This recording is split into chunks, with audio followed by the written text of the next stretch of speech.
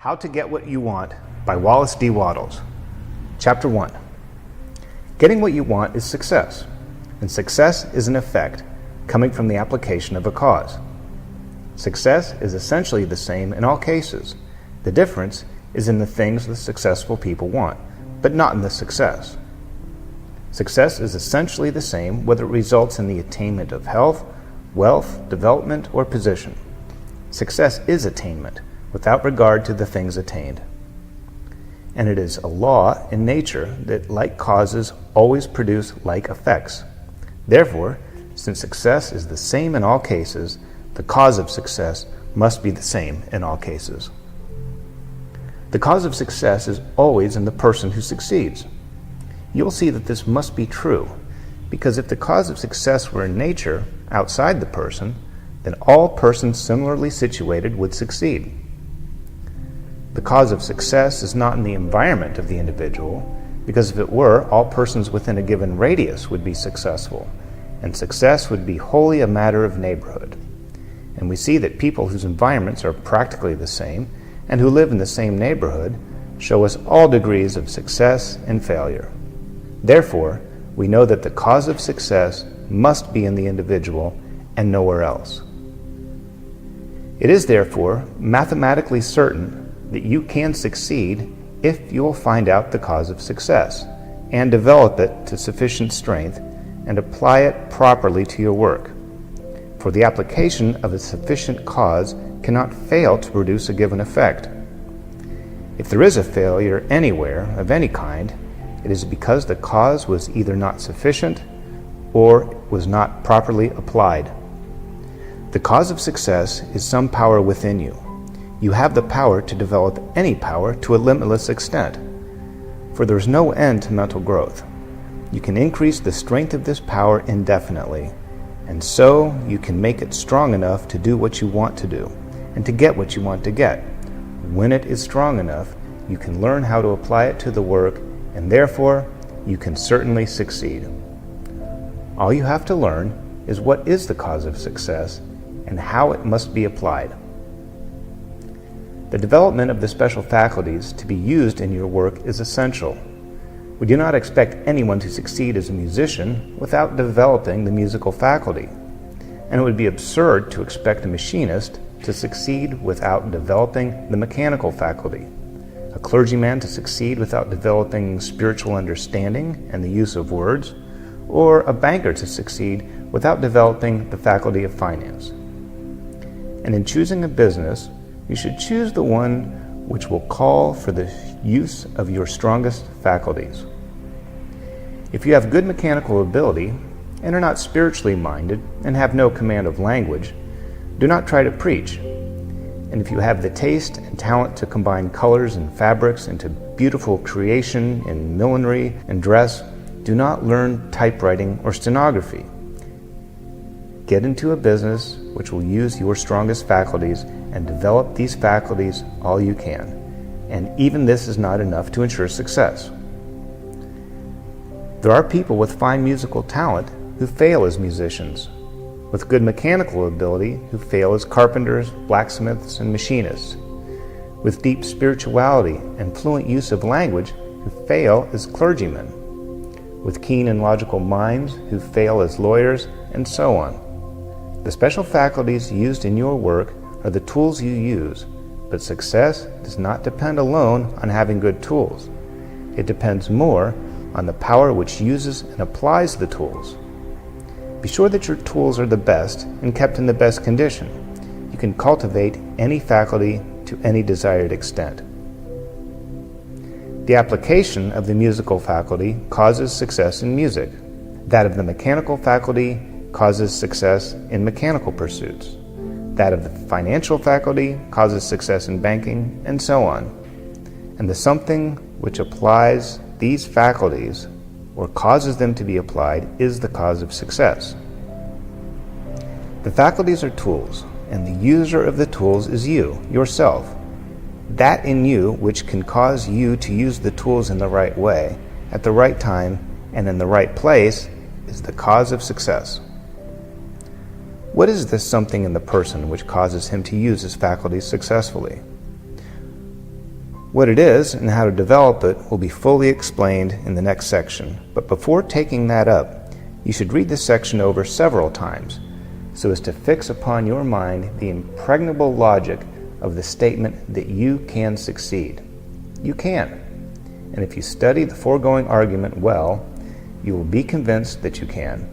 And to become convinced that you can succeed is the first requisite to success. Chapter 2. The faculties of the human mind are the tools with which success is attained, and the right application of these tools to your work or business will do it successfully and get what you want.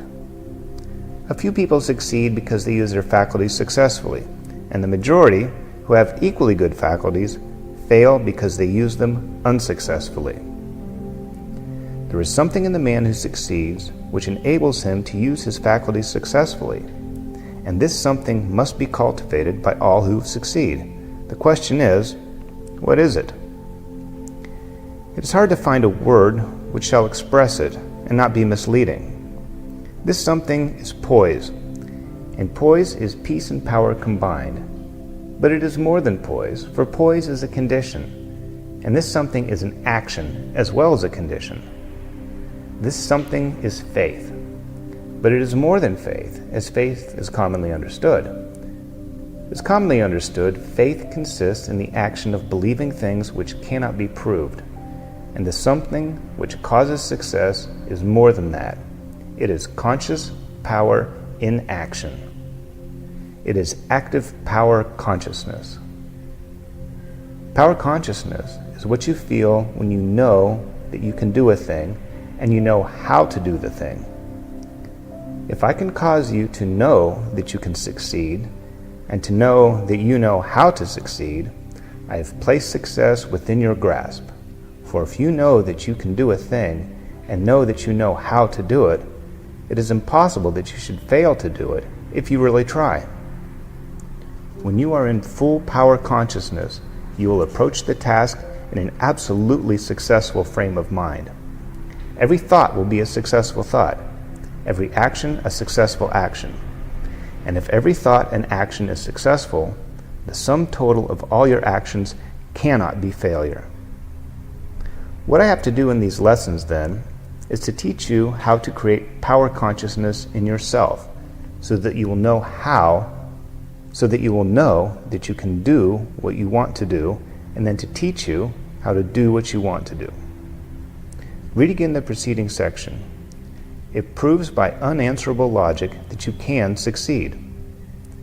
It shows that all that is in any mind is in your mind, the difference, if any, being in development. It is a fact in nature that the undeveloped is always capable of development. We see then that the cause of success is in you and is capable of full development. Having read this, you must believe that it is possible for you to succeed. But it is not enough for you to believe that you can, you must know that you can. And the subconscious mind must know it as well as the objective mind. People have a way of saying, "He can who thinks he can." But this is not true. It is not even true that he can who knows he can, if only the objective mind is spoken of. For the subconscious mind will often completely set aside and overcome what is positively known by the objective mind. It is a true statement, however, that he can whose subconscious mind knows that he can, and it is especially true if his objective mind has been trained to do the work.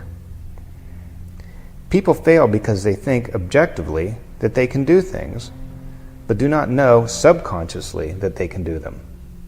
It is more than likely that your subconscious mind is even now impressed with doubts of your ability to succeed, and these must be removed or it will withhold its power when you need it most. The subconscious mind is the source from which power comes in the action of any faculty, and a doubt will cause this power to be withheld, and the action will be weak. Therefore, your first step must be to impress your subconscious mind with the fact that you can. This must be done by repeated suggestions. Practice the following mental exercise several times a day. and especially just before going to sleep. Think quietly about the subconscious mentality, which permeates your whole body as water permeates a sponge. As you think of this mind, try to feel it. You will soon be able to become conscious of it. Hold this consciousness and say with deep, earnest feeling, "I can succeed. All that is possible to anyone is possible to me. I am successful. I do succeed, for I am full of the power of success." This is the simple truth. Realize that it is true and repeat it over and over until your mentality is saturated through and through with the knowledge that you can do what you want to do. You can. Other people have, and you can do more than anyone has ever done, for no one has ever yet used all the power that is capable of being used. It is within your power to make a greater success in your business than anyone has ever made before you. Practice the above auto-suggestion for a month with persistence, and you will begin to know that you have within you that which can do what you want to do. And then you'll be ready for the next section, which will tell you how to proceed in doing what you want to do. But remember that it is absolutely essential that you should first impress upon the subconscious mind the knowledge that you can. Chapter 3. Having filled your mentality, conscious and subconscious, with the faith that you can get what you want, the next question is one of the methods. You know that you can do it if you proceed in the right way, but which is the right way? This must be certain. To get more, you must make constructive use of what you have. You cannot use what you have not. Therefore, your problem is how to make the most constructive use of what you already have. Do not waste any time considering how you would use certain things if you had them. Consider simply how to use what you have. It is also certain that you will progress more rapidly if you make the most perfect use of what you have. In fact, the degree of rapidity with which you attain what you want will depend upon the perfection with which you use what you have. Many people are at a standstill or find things coming their way very slowly because they are making only partial use of present means, power, and opportunities. You may see this point more plainly by considering an analogy in nature. In the process of evolution, the squirrels developed their leaping power to its fullest extent. Then a continuous effort to advance brought forth the flying squirrel, which has a membrane uniting the legs in such a way as to form a parachute and enable the animal to sail some distance beyond an ordinary leap. A little extension of the parachute jump of the flying squirrel produced the bat, which has membranous wings and can fly, and continuous flight produced the bird with feathered wings. The transition from one plane to another was accomplished simply by perfecting and extending functions. If the squirrels had not kept leaping further and further, there would have been no flying squirrel and no power of flight. Making constructive use of the leaping power produced flight. If you are only jumping half as far as you can, you will never fly. In nature, we see that life advances from one plane to another by perfecting function on the lower plane. Whenever an organism contains more life than it can express by functioning perfectly on its own plane, it begins to perform the functions of the next higher or larger plane. The first squirrel which began to develop the parachute membrane must have been a very perfect leaper. This is the fundamental principle of evolution and of all attainment. In accordance with this principle, then, you can advance only by more than filling your present place. You must do perfectly all that you can do now, and it is the law that by doing perfectly all that you can do now, you will be able to do later things which you cannot do now. The doing to perfection of one thing invariably provides us with the equipment for doing the next larger thing, because it is a principle inherent in nature that life continuously advances. Every person who does one thing perfect is instantly presented with an opportunity to begin doing the next larger thing. This is the universal law of all life, and it's unfailing. First, do perfectly all that you can do now. Keep on doing it perfectly until the doing of it becomes so easy that you have surplus power left after doing it. Then by this surplus power, you will get a hold on the work of a higher plane and begin to extend your correspondence with environment. Get into a business which will use your strongest faculties, even if you must commence at the bottom, then develop those faculties to the utmost. Cultivate power consciousness so that you can apply your faculties successfully, and apply them in doing perfectly everything you can do now, where you are now. Do not wait for a change of environment. It may never come.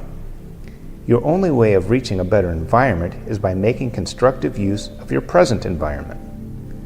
Only the most complete use of your present environment will place you in a more desirable one. If you wish to extend your present business, remember that you can only do it by doing in the most perfect manner the business you already have. When you put life enough into your business to more than fill it, the surplus will get you more business. Do not reach out after more until you'll have life to spare after doing perfectly all that you have to do now. It is of no advantage to have more work or more business than you have life to do perfectly. If that is the case, increase your vital power first.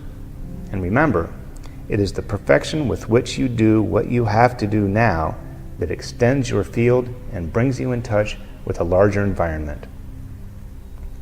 Bear in mind that the motive force which gets you what you want is life, and that what you want, in the last analysis, is only an opportunity to live more, and that therefore you can get what you want only through the operation of that universal law by which all life advances continuously into fuller expression. That law is that whenever an organism has more life than can find expression by functioning perfectly on a given plane, its surplus life lifts it to the next higher plane. When you put enough of yourself into your present work to do it perfectly, your surplus power will extend your work into a larger field. It is also essential that you should have in mind what you want, so that your surplus power may be turned in the right direction. Form a clear conception of what you seek to accomplish, but do not let what you seek to accomplish interfere with doing perfectly what you have to do now. Your concept of what you want is a guide to your energies and an inspiration to cause you to apply them to the utmost to your present work. Live for the future now. Suppose that your desire is to have a department store, and you have only capital enough to start a peanut stand. Do not try to start a department store today on a peanut stand capital, but start the peanut stand in the full faith and confidence that you will be able to develop it into a department store. Look upon the peanut stand merely as the beginning of the department store and make it grow. You can. Get more business by using constructively the business you have now. Get more friends by using constructively the friends you already have. Get a better position by using constructively the one you now have. Get more domestic happiness by the constructive use of the love that already exists in your home. Chapter 4. You can obtain what you want only by applying your faculties to your work and your environment. You become able to apply your faculties successfully by acquiring power consciousness, and you go forward by a concentration on today's work, and by doing perfectly everything that can be done at the present time. You can get what you want in the future only by concentrating all your energies upon the constructive use of whatever you are in relation with today. An indifferent or half-hearted use of the elements in today's environment will be fatal to tomorrow's attainment. Do not desire for today what is beyond your ability to get today, but be sure you get today the very best that can be had. Never take less than the very best that can be had at the present time, but do not waste energy by desiring what cannot be had at the present time. If you always have the best that can be had, you will continue to have better and better things, because it is a fundamental principle in the universe that life shall continually advance into more life and into the use of more and better things. This is the principle which causes evolution. But if you are satisfied with less than the best that can be had, you will cease to move forward. Every transaction and relation of today, whether it be business, domestic, or social, must be made a stepping stone to what you want in the future. And to accomplish this, you must put into each more than enough life to fill it. There must be surplus power in everything you do. It is this surplus power which causes the advancement and gets you what you want. Where there is no surplus power, there is no advancement and no attainment. It is the surplus of life above and beyond the function of present environment which causes evolution. And evolution is advancing into more life, or getting what you want. Suppose, for instance, you are in a trade or profession and wish to increase your business.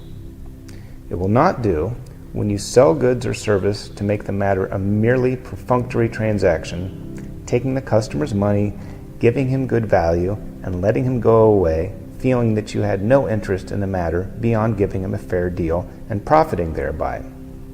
Unless he feels that you have a personal interest in him and his needs, and that you are honestly desirous to increase his welfare, you have made a failure and are losing ground. When you can make every customer feel that you are really trying to advance his interests as well as your own, your business will grow. It is not necessary to give premiums or heavier weights or better values than others give to accomplish this. It is done by putting life and interest into every transaction, however small. If you desire to change your avocation, make your present business a stepping stone to the one you want. As long as you are in your present business, fill it with life. The surplus will tend toward what you want. Take a live interest in every man, woman, and child you meet in either a business or social way, and sincerely desire the best for them. They will soon begin to feel that your advancement is a matter of interest to them, and they will unite their thoughts for your good. This will form a battery of power in your favor and will open ways of advancement for you. If you are an employee and desire promotion, put life into everything you do. Put in more than enough life and interest to fill each piece of work. But do not be servile, never be a flunky, and above all things, avoid the intellectual prostitution which is the vice of our times in many trades and most professions. I mean by this the being a mere hired apologist for and defender of immorality, graft, dishonesty, or vice in any form. The intellectual prostitute may rise in the service, but he is a lost soul. Respect yourself. Be absolutely just to all. Put life into every act and thought, and fix power consciousness thought upon the fact that you are entitled to promotion. It will come as soon as you can more than fill your present place in every day. If it does not come from your present employer, it will come from another. It is the law that whosoever more than fills his present place must be advanced. But for this law, there could be no evolution and no progress. But mark well what follows. It is not enough that you should merely put surplus life into your business relations. You will not advance far if you are a good businessman or employee, but a bad husband, an unjust father, or an untrustworthy friend. Your failure in these respects will make you incapable of using your success for the advancement of life, and so you will not come under the operation of the constructive law. Many a man who fulfills the law in business is prevented from progressing because he is unkind to his wife or deficient in some other relation of life. To come under the operation of the evolutionary force, you must more than fill every present relation. A telegraph operator decided to get away from the key and get into a small farm, and he began to move in that direction by being good to his wife. He courted her without any reference to his desire, and from being half indifferent, she became interested and eager to help. Soon they had a little piece of ground in the edge of the town, and she raised poultry and superintended a garden while he pounded the key. Now they have a farm, and he has obtained his desire. You can secure the cooperation not only of your wife, but of all the people around you by putting life and interest into all your relations with them. Put into every relation, business, domestic, or social, more than enough life to fill that relation. Have faith, which is power consciousness. Know what you want in the future, but have today the very best that can be obtained today. Never be satisfied at any time with less than the best that can be had at that time, but never waste energy in desiring what is not to be had now. Use all things for the advancement of life for yourself and for all with whom you are related in any way. Follow out these principles of action, and you cannot fail to get what you want, for the universe is so constructed that all things must work together for your good. Chapter 5. Wealth culture consists in making constructive use of the people and things in your environment. First, get a clear mental picture of what you want. If your present business or profession is not the one most suitable to your talents and tastes, decide upon the one which is most suitable, and determine to get into that business or profession and to achieve the very greatest success in it. Get a clear idea of what you want to do, and get a mental concept of the utmost success in that business or profession, and determine that you will attain to that. Give a great deal of time to forming this concept or mental picture. The more clear and definite it is, the easier will be your work. The man who is not quite sure what he wants to build will put up a wobbling and shaky structure. Know what you want, and keep the picture of it in the background of your mind night and day. Let it be like a picture on the wall of your room, always in your consciousness, night and day. And then begin to move toward it. Remember that if you have not the fully developed talent now, you can develop it as you go along. You can surely do what you want to do.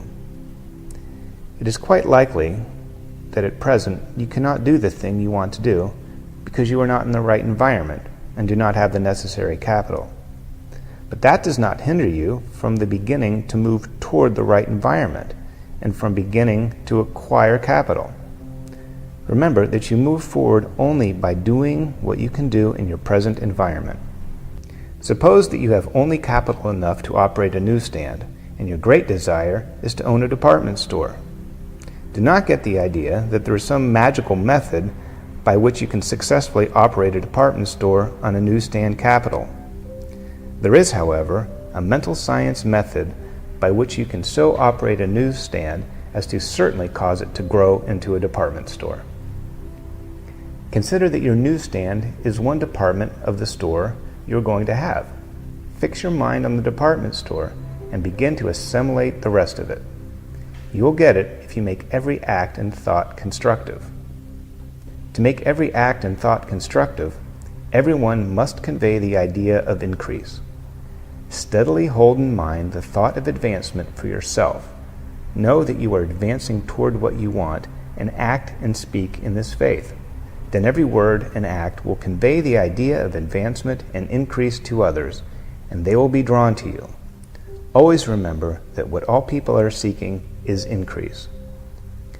First, study over the facts in regard to the great abundance until you know that there is wealth for you, and that you do not have to take this wealth from anyone else. Avoid the competitive spirit. You can readily see that if there is limitless abundance, there is enough for you without robbing anyone else. Then, knowing what is the purpose of nature that you should have what you want, reflect upon the fact that you can get it only by acting. Consider that you can act only upon your present environment, and do not try to act now upon environment of the future. Then remember that in acting upon your present environment, you must make every act a success in itself, and that in doing this, you must hold the purpose to get what you want. You can hold this purpose only as you get a clear mental picture of what you want. Be sure that you have that. Also, remember that your actions will not have dynamic moving power unless you have an unwavering faith that you get what you want. Form a clear mental picture of what you want. Hold the purpose to get it. Do everything perfectly, not in the servile spirit, but because you are a mastermind. Keep unwavering faith in your ultimate attainment of your goal, and you cannot fail to move forward.